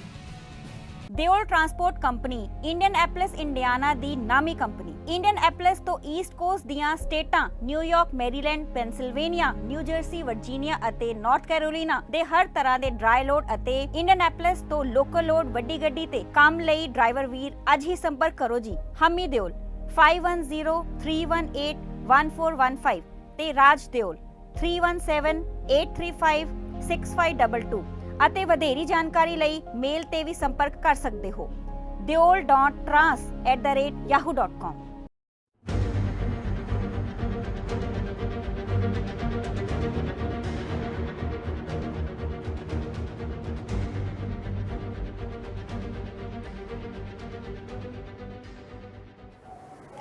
ਬ੍ਰੇਕ ਤੋਂ ਬਾਅਦ ਫਿਰ ਤੋਂ ਸਵਾਗਤ। ਪ੍ਰੋਗਰਾਮ ਚੱਲ ਰਿਹਾ ਖਾਸ ਮੁਲਾਕਾਤ ਤੇ ਅੱਜ ਦੇ ਸਾਡੇ ਮਹਿਮਾਨ ਨੇ ਮਨੋਜ ਫਗਵਾੜਵੀ ਜੀ। ਮਨੋਜ ਜੀ, ਗੱਲ ਵੱਲ ਆਪਾਂ ਚੱਲ ਰਹੀ ਸੀ ਕਿ ਤੁਸੀਂ ਜਦੋਂ ਸ਼ੁਰੂਆਤੀ ਗਜ਼ਲਾਂ ਲਿਖੀਆਂ ਉਦੋਂ ਬੰਦੇ ਨੂੰ ਜਿਹੜਾ ਨਵਾਂ ਲਿਖਦਾ ਉਹਨੂੰ ਕੁਝ ਨਹੀਂ ਪਤਾ ਹੁੰਦਾ ਬਹਿਰ ਵਜਨ ਕੀ ਆ, ਰੂਜ ਕੀ ਆ, ਜਾਂ ਫੇਲਨ ਕੀ ਆ, ਜਾਂ ਰੁਕਨ ਕੀ ਆ। ਤੇ ਇੱਥੇ ਤੱਕ ਵੀ ਕਈ ਵਾਰੀ ਕਾਫੀ ਹਰਦੀਪ ਬਾਰੇ ਵੀ ਬਹੁਤੀ ਜਾਣਕਾਰੀ ਹੁੰਦੀ। ਅਸੀਂ ਬਸ ਲਿਖਦੇ ਆ, ਉਹ ਕੋਈ ਮੇਨ ਗਿਆਨ ਨਹੀਂ ਹੁੰਦਾ, ਆਵਾਜ਼ ਦੇ ਹਿਸਾਬ ਨਾਲ ਜਾਂ ਅੱਖਰ ਮਿਲਦੇ ਜੁਲਦੇ ਲਿਖ ਲੈਂਦੇ। ਤੁਸੀਂ ਆਰਫ ਗੋਬਿੰਦਪੁਰੀ ਹੁਣਾਂ ਦੇ ਕੋਲ ਆਪਣੀਆਂ ਰਚਨਾਵਾਂ ਲੈ ਕੇ ਗਏ ਜਦੋਂ, ਉਹਨਾਂ ਦਾ ਕਿਹੋ ਜਿਹਾ ਸੀਗਾ ਦੇਖ ਕੇ ਉਹਨਾਂ ਨੂੰ ਤੁਹਾਡੀ ਜਿਹੜੀ ਉਹਨਾਂ ਨੇ ਕਵਿਤਾ ਪੜ੍ਹੀਆਂ, ਤੁਹਾਡੀ ਗਜ਼ਲਾਂ ਪੜ੍ਹੀਆਂ, ਪ੍ਰਤੀਕਿਰਿਆ ਕਿਹੋ ਜਿਹੀ ਸੀ ਤੇ ਫਿਰ ਉਹਨਾਂ ਨੇ ਕੀ ਸਲਾਹ ਦਿੱਤੀ ਤੁਹਾਨੂੰ ਉਸ ਵੇਲੇ? ਬਾਲ ਟੀਵੀ ਦੇ ਦਰਸ਼ਕਾਂ ਨੂੰ ਮੇਰਾ ਫਿਰ ਆਦਾਬ, ਸਤਿ ਸ੍ਰੀ ਅਕਾਲ। ਪਿਆਰੇ ਪਿਆਰੇ ਦਰਸ਼ਕੋ, ਜਦੋਂ ਮੈਂ ਆਰਫ ਗੋਬਿੰਦ ਸਾਹਿਬ ਕੋ ਜਾਂਦਾ ਸੀ, ਉਸਤਾਦ ਜੀ ਕੋ, ਤਾਂ ਉਹ ਮੈਨੂੰ ਕਹਿੰਦੇ ਸੀ ਵੀ ਮੈਂ ਲਿਖ ਤਾਂ ਲੈਂਦਾ ਸੀ ਆਸਾਨੀ ਨਾਲ ਗਜ਼ਲਾਂ, ਪਰ ਉਹ ਕਹਿੰਦੇ ਸੀ ਇਹਦੇ ਵਿੱਚ ਕਲਾ ਪਾ, ਇਹਦੇ ਵਿੱਚ ਆਰਟ ਚਾਹੀਦਾ, ਕੁਛ ਨਾ ਕੁਛ ਪਤਾ ਲੱਗੇ ਵੀ ਕੋਈ ਨਈ ਚੀਜ਼ ਹੈਗੀ, ਨਵੀਂ ਚੀਜ਼ ਕਰਕੇ ਫਿਰ ਉਹ ਚੀਜ਼ਾਂ ਫਿਰ ਸਾਡਾ ਦਿਮਾਗ ਵੀ ਉੱਧਰ ਨੂੰ ਚੱਲਣ ਲੱਗ ਪਿਆ ਤੇ ਅਸੀਂ ਫਿਰ ਉਸ ਹਿਸਾਬ ਨਾਲ ਗਜ਼ਲਾਂ ਲਿਖਣ ਲੱਗ ਪਿਆ। ਤੇ ਉਹਨਾਂ ਨੇ ਸਾਨੂੰ ਇਹ ਕਿਹਾ ਵੀ ਮਿਹਨਤ ਕਰੋ, ਮਿਹਨਤ ਜ਼ਰੂਰੀ ਆ, ਮਿਹਨਤ ਤੋਂ ਬਿਨਾਂ ਤੁਸੀਂ ਕੁਛ ਨਹੀਂ ਕਰ ਸਕਦੇ, ਅਭਿਆਸ ਜ਼ਰੂਰੀ ਹੈਗਾ। ਤੁਸੀਂ ਵਧੀਆ ਤੋਂ ਵਧੀਆ ਰਾਈਟਰਾਂ ਦੀਆਂ ਕਿਤਾਬਾਂ ਪੜ੍ਹੋ ਤੇ ਕਿਤਾਬਾਂ ਪੜ੍ਹੋਗੇ ਤਾਂ ਹੀ ਤੁਹਾਡੇ 'ਚ ਹੋਊਗਾ। ਉਹਨਾਂ ਨੇ ਇਹ ਕਿਹਾ ਸੀ ਮੰਥਨ ਹੁੰਦਾ, ਜਿਹੜਾ ਨਾ ਮੰਥਨ ਚੱਲਦਾ ਹੈ, ਜਿੱਦਾਂ ਮੱਝ ਵਾ ਇੱਕ ਨਾ ਖਾਂਦੀ ਰਹਿੰਦੀ ਫਿਰ ਬਾਅਦ 'ਚ ਜੁਗਾਲੀ ਕਰਦੀ ਰਹਿੰਦੀ ਨਾ, ਉਹ ਵਾਲਾ ਮੰਥਨ ਹੋਣਾ ਚਾਹੀਦਾ ਤੁਹਾਡੇ ਮਨ 'ਚ, ਸ਼ੁੱਧ ਵਿਚਾਰ ਹੋਣੇ ਚਾਹੀਦੇ ਆ। ਜਾਣੀ ਕਿ ਇੱਕ ਰॉ ਮਟੀਰੀਅਲ ਕਹਿ ਲਓ ਕਿ ਸਾਡੇ ਕੋਲ ਆ ਜਾਂਦਾ, ਕੋਈ ਸ਼ੇਰ ਦੇ ਲਈ ਆਈਡੀਆ ਆ ਜਾਂਦਾ, ਉਹਨੂੰ ਪਹਿਲਾਂ ਆਪਣੇ ਦਿਮਾਗ ਦੇ ਨਾਲ ਚੰਗੀ ਤਰ੍ਹਾਂ ਉਹਨੂੰ ਘੋਟ ਕੇ ਵੀ ਇਹਦੀ ਸ਼ੇਰ ਦੀ ਜਦ ਉਹਦੀ ਸ਼ਕਲ ਦੇ ਵਿੱਚ ਜਾਂ ਇੱਕ ਸਾਚਾ ਬਣਾਉਣਾ ਆ ਉਹਦਾ, ਤੇ ਉਹਨੂੰ ਚੰਗੀ ਤਰ੍ਹਾਂ ਵਿਚਾਰ ਕੇ ਦੇਣਾ। ਤੇ ਜਦੋਂ ਤੁਸੀਂ ਪ੍ਰੈਕਟਿਸ ਸ਼ੁਰੂ ਕੀਤੀ ਜਿਹੜੀਆਂ ਸ਼ੁਰੂਆਤੀ ਗਜ਼ਲਾਂ ਦੇ ਵਿੱਚ, ਕਿ ਜਿਹੜੀਆਂ ਸ਼ੁਰੂਆਤੀ ਗਜ਼ਲਾਂ ਤੁਸੀਂ ਲਿਖ ਤਾਂ ਲੈਂਦੇ ਸੀਗੇ, ਉਦੋਂ ਤੁਹਾਨੂੰ ਲੱਗਿਆ ਨਹੀਂ ਕਿ ਹੁਣ ਮੈਂ ਤਾਂ ਯਾਰ ਗਜ਼ਲ ਵਧੀਆ ਲਿਖ ਲੈਂਦਾ, ਸਾਰੇ ਅਖਬਾਰਾਂ ਸਾਲੇ ਛਪਦੀ ਵੀ ਆ ਤੇ ਮੇਰੇ ਯਾਰ ਦੋਸਤ ਕਹਿੰਦੇ ਚੰਗੀ ਆ। ਤੇ ਆਰਫ ਸਾਹਿਬ ਨੇ ਮੈਨੂੰ ਜਿਹੜੀਆਂ 3.5 ਜ਼ੁਬੈਰ ਦੀ ਫੇਲਨ ਦੀ ਗਜ਼ਲ ਦੇ ਦਿੱਤੀ ਆ ਤੇ ਮੈਂ ਇੱਥੇ ਛੋਟਾ ਜਿਹਾ ਹੁਣ ਮੈਂ ਤਾਂ ਖੁਦ ਉਸਤਾਦ ਬਣਨ ਵਾਲਾ ਤੇ ਮੈਨੂੰ ਬੱਚਿਆਂ ਵਾਂਗੂ ਲਿਖਵਾਉਣ ਲੱਗੇ ਆ। ਕਿਸ ਤਰ੍ਹਾਂ ਦਾ ਮਹਿਸੂਸ ਹੋਇਆ ਇਸ ਤਰ੍ਹਾਂ? ਅਸੀਂ ਕਦੀ ਵੀ ਉਹਨਾਂ ਦੀ ਗੱਲ ਦਾ ਕੋਈ ਉਹਨਾਂ ਦੇ ਗੁੱਸਾ ਗਿਲਾ ਨਹੀਂ ਕੀਤਾ ਤੇ ਅਸੀਂ ਉਹਦੇ ਗੱਲ ਤੋਂ ਕੁਛ ਨਾ ਕੁਛ ਸਾਨੂੰ ਲੱਭਦਾ ਹੀ ਸੀਗਾ ਹਰ ਵਾਰੀ, ਕੋਈ ਨਾ ਕੋਈ ਨਵੀਂ ਗੱਲ ਲੱਭਦੀ ਸੀ ਤੇ ਅਸੀਂ ਉਹਨਾਂ ਨੂੰ ਦਿਲੋਂ ਯਾਨੀ ਕਿ ਕਰਦੇ ਸੀ ਪਿਆਰ ਤੇ ਉਹ ਵੀ ਸਾਨੂੰ ਦਿਲੋਂ ਕਰਦੇ ਸੀ ਕਿਉਂਕਿ ਅਸੀਂ ਮੰਨਦੇ ਸੀ ਕਹਿਣਾ ਉਹਨਾਂ ਦਾ। ਅਸੀਂ ਉਹ ਦੱਸਦੇ ਤੇ ਵੀ ਆਹ ਸ਼ੇਰ ਗਲਤ ਆ ਜੀ, ਅਸੀਂ ਕਹਿੰਦੇ ਠੀਕ ਆ ਜੀ ਗਲਤ ਆ, ਸਾਨੂੰ ਦੱਸੋ ਉਹਦੇ ਬਾਰੇ ਰਾਏ ਦੱਸੋ। ਤੇ ਫਿਰ ਅਸੀਂ ਬਾਅਦ 'ਚ ਅਸੀਂ ਸੋਚੀਦਾ ਯਾਰ ਅਸੀਂ ਤਾਂ ਜ਼ੀਰੋ ਉਸ ਹਿਸਾਬ ਨਾਲ। ਫਿਰ ਉਹਨਾਂ ਨੇ ਸਾਨੂੰ ਦੱਸਿਆ ਵੀ ਤੁਸੀਂ ਇੱਦਾਂ ਇੱਦਾਂ ਕਰੋ, ਤੁਸੀਂ ਆਹ ਫਲਾਣੇ ਦੀ ਕਿਤਾਬ ਪੜ੍ਹੋ, ਵਧੀਆ ਵਧੀਆ ਹੈਗੀ ਆ। ਤੇ ਫਿਰ ਅਸੀਂ ਕਿਤਾਬਾਂ ਪੜ੍ਹਨ ਲੱਗ ਪਏ ਜ਼ਿਆਦਾ। ਜਦੋਂ ਅਸੀਂ ਕਿਤਾਬਾਂ ਪੜ੍ਹੀਆਂ ਉਸ ਤੋਂ ਬਾਅਦ ਸਾਨੂੰ ਵੀ ਥੋੜ੍ਹੀ ਬਹੁਤੀ ਜਾਗਰਤੀ ਆ ਗਈ। ਜੀ ਅਭਿਆਸ ਹੋ ਜਾਂਦਾ ਕਿਤਾਬਾਂ ਪੜ੍ਹਨ ਦੇ ਨਾਲ, ਇੱਕ ਫਲੋ ਬਣ ਜਾਂਦਾ ਆ ਉਸ ਤਰ੍ਹਾਂ ਦਾ। ਤੇ ਜਦੋਂ ਅਭਿਆਸ ਦੀ ਇੱਕ ਗਜ਼ਲ ਤੁਹਾਨੂੰ ਸ਼ੇਰ ਤਹਿ ਮਿਸਰਾ ਦੇ ਦਿੰਦੇ ਸੀਗੇ ਤਾਂ ਤੇ ਕਿੰਨੇ ਕੁ ਦਿਨਾਂ ਬਾਅਦ ਉਹ ਲਿਖ ਕੇ ਲੈ ਜਾਂਦੇ ਸੀ ਤੁਸੀਂ? ਜਿਹੜੇ 7-8 ਮਹੀਨੇ 'ਚ ਤਹਿ ਮਿਸਰਾ ਦਿੰਦੇ ਸੀਗੇ, ਉਹ 1 ਮਹੀਨੇ ਦੇ ਵਿੱਚ ਅਸੀਂ ਉਹਨਾਂ ਨੂੰ ਦਿਖਾਣਾ ਹੀ ਹੁੰਦਾ ਹਰ ਹਾਲ 'ਚ। ਉਹ ਲਿਖ ਲੈਂਦੇ ਸੀ ਪੱਕਾ 1 ਮਹੀਨੇ 'ਚ ਲਿਖਣਾ। ਤੇ ਨਾਲ ਦੇ ਨਾਲ ਆਪਾਂ ਮਨੋਜ ਸਾਹਿਬ ਇੱਕ ਤੁਹਾਡੀ ਗਜ਼ਲ ਦੇ ਨਾਲ ਹੋਰ ਸਾਂਝ ਪਾਉਂਦੇ ਆ ਆਪਾਂ ਦਰਸ਼ਕਾਂ ਦੀ, ਇੱਕ ਪੰਜਾਬੀ ਦੀ ਸਾਨੂੰ ਹੋਰ ਗਜ਼ਲ ਸੁਣਾਓ ਜਿਹੜੀ ਆਪਾਂ ਦਰਸ਼ਕਾਂ ਨੂੰ ਜਿਹੜੀ ਆ। ਤੇ ਆਪਾਂ ਆਓ ਸੁਣਦੇ ਆ ਇੱਕ ਇਹਨਾਂ ਕੋਲ ਹੋਰ ਰੰਗ ਦੀ ਇੱਕ ਗਜ਼ਲ ਮਨੋਜ ਭਗਵਾੜੀ ਉਹਨਾਂ ਦੇ ਕੋਲ। ਇਹਨਾਂ ਨੇ ਵੱਖ-ਵੱਖ ਕਿਤਾਬਾਂ ਦੇ ਵਿੱਚ ਗਜ਼ਲਾਂ ਆਈਆਂ ਹੈ, ਜਿਸ ਤਰ੍ਹਾਂ ਵੱਖ-ਵੱਖ ਜਿਹੜੇ ਸਾਂਝੇ ਸੰਗ੍ਰਹਿ ਆ। ਹਾਂਜੀ ਤੇ ਜੀ ਹਾਜ਼ਰੀਨ ਪੇਸ਼ ਹੈ ਮੇਰੀ ਇੱਕ ਹੋਰ ਗਜ਼ਲ ਜੀ।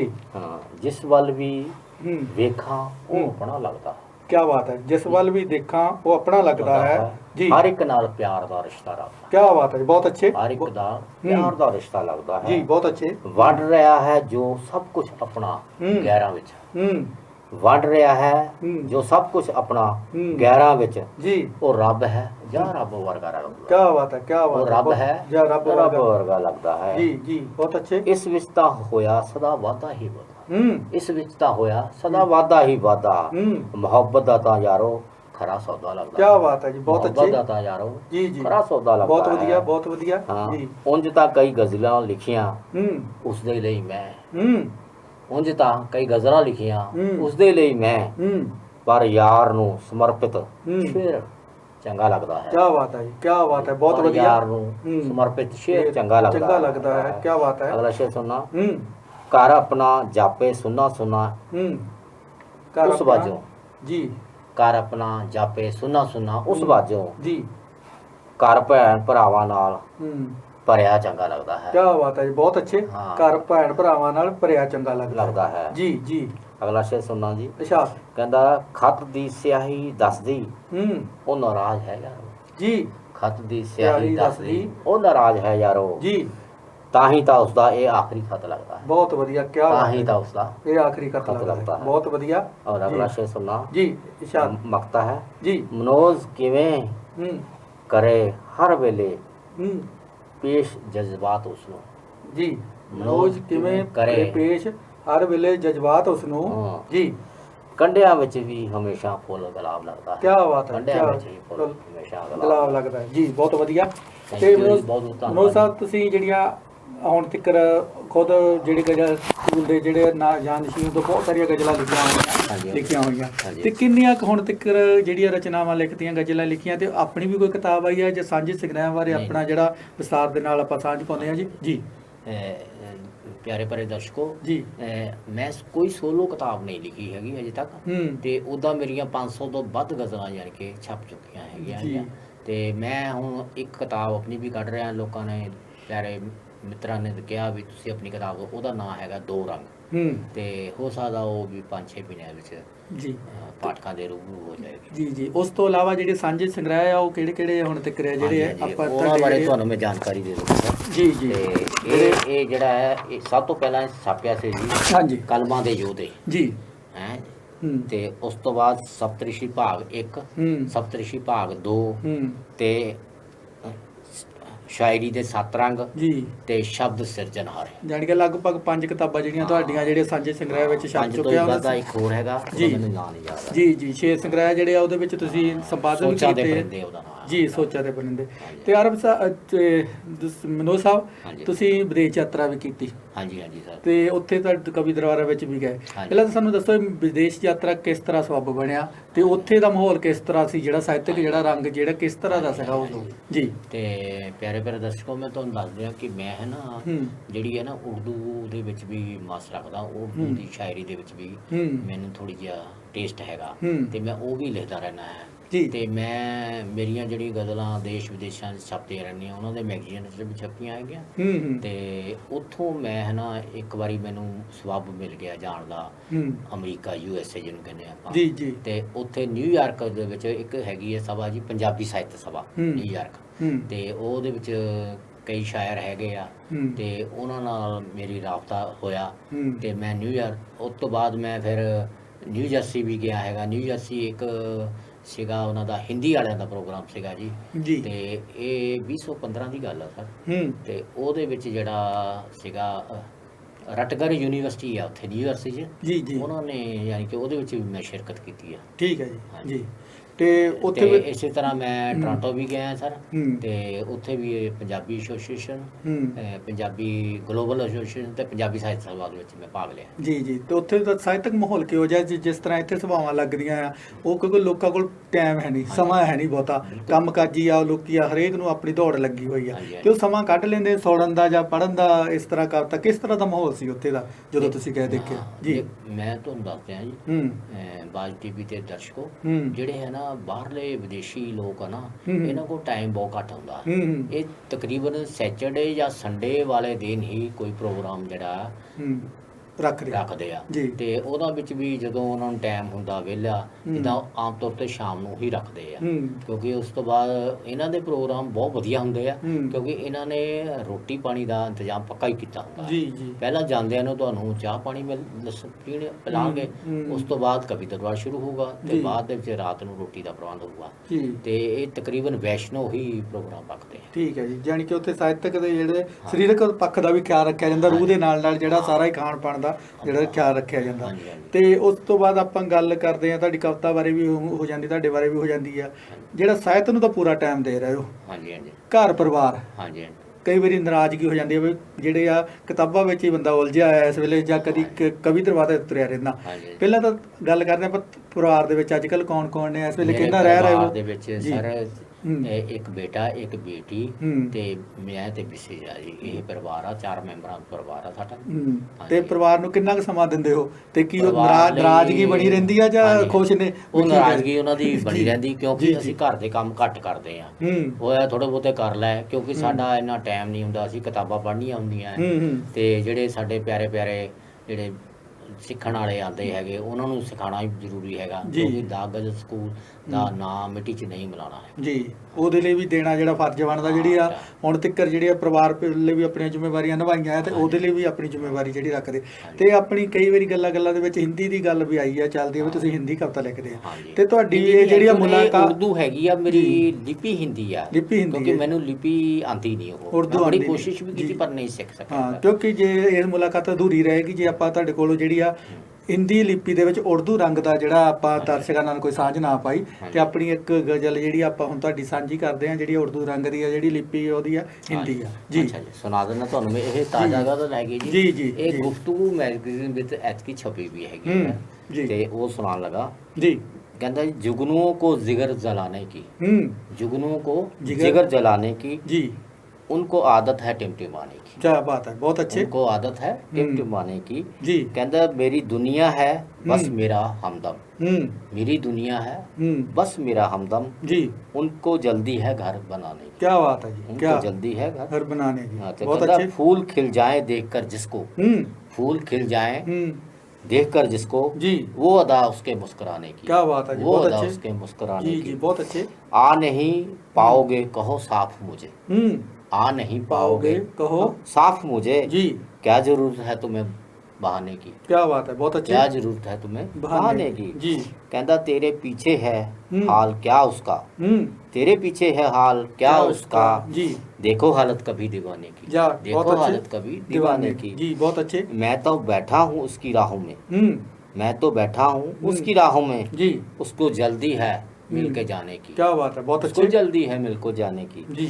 और एक शेर और सुनना, इरशाद। संग दिल माना नहीं किसी सूरत, संग दिल माना नहीं किसी सूरत जी, कोशिशें खूब की मनाने की, बहुत कोशिशें खूब की मनाने की। बहुत बढ़िया। और अगला शेर, दर उसका काबा है मेरे लिए अब तो, दर उसका काबा है मेरे लिए अब तो जी, अब जरूरत कहाँ कहीं जाने की, क्या बात है, अब बहुत जरूरत कहाँ कहीं जाने जाने की। बहुत बढ़िया। एक और जी। शेर सुन लो सर। जी जी, इरशाद। मकता ही है, जी। मुझको आकर मनोज मिल तू कभी, मुझको आकर मनोज मिल तू कभी जी, देख रौनक ਮੇਰੇ ਮਹਿਖਾਨੇ की, क्या बात है, ਦੇਖ ਰੌਣਕ ਮੇਰੇ में। ਬਹੁਤ ਵਧੀਆ। ਤੇ ਇਸ ਦੇ ਨਾਲ ਹੀ ਮਨੋਜ ਸਾਹਿਬ ਗੱਲਾਂ ਤਾਂ ਹੋਰ ਵੀ ਬਹੁਤ ਆ ਜਿਹੜੀਆਂ ਕਰਨ ਵਾਲੀਆਂ ਨੇ, ਹਾਂਜੀ। ਕਵਿਤਾ ਵੀ ਤਾਂ ਸੁਣਨ ਵਾਲੀਆਂ, ਪਰ ਜਿਹੜਾ ਸਮਾਂ ਇਜਾਜ਼ਤ ਨਹੀਂ ਦਿੰਦਾ। ਠੀਕ ਹੈ ਸਰ। ਤੇ ਆਪਾਂ ਤੁਸੀਂ ਸਾਡੇ ਸਟੂਡੀਓ ਵਿੱਚ ਆਏ ਹਾਂਜੀ। ਤਾਂ ਟਾਈਮ ਕੱਢਿਆ, ਤੁਹਾਡਾ ਪੂਰੀ ਟੀਮ ਬਾਜ ਟੀਵੀ ਵੱਲੋਂ ਤੁਹਾਡਾ ਬਹੁਤ ਬਹੁਤ ਧੰਨਵਾਦ। ਮੈਂ ਜੀ। ਵੀ ਪਿਆਰੇ ਪਿਆਰੇ ਦਰਸ਼ਕੋ ਤੇ ਬਾਜ਼ ਟੀਵੀ ਦੇ ਤੇ ਜਸਵਿੰਦਰ ਦੂੜਾ ਜੀ ਦਾ ਦਿਲੋਂ ਬਹੁਤ ਹੀ ਸ਼ੁਕਰਗੁਜ਼ਾਰ ਹਾਂ ਤੇ ਧੰਨਵਾਦ ਜੀ। ਤੇ ਬਾਜ ਟੀਵੀ ਦੇਖ ਰਹੇ ਸਾਰੇ ਦਰਸ਼ਕਾਂ ਤੋਂ ਹੁਣ ਲੈਂਦੇ ਆ ਇਜਾਜ਼ਤ। ਫਿਰ ਕੱਲ ਮਿਲਾਂਗੇ ਨਵੇਂ ਚਿਹਰੇ ਦੇ ਨਾਲ, ਨਵੇਂ ਕੋਈ ਸ਼ਖਸੀਅਤ ਦੇ ਨਾਲ ਤੁਹਾਡੀ ਰੂਬਰੂ ਕਰਾਵਾਂਗੇ। ਤੇ ਹੁਣ ਦਿਓ ਇਜਾਜ਼ਤ, ਸਤਿ ਸ੍ਰੀ ਅਕਾਲ।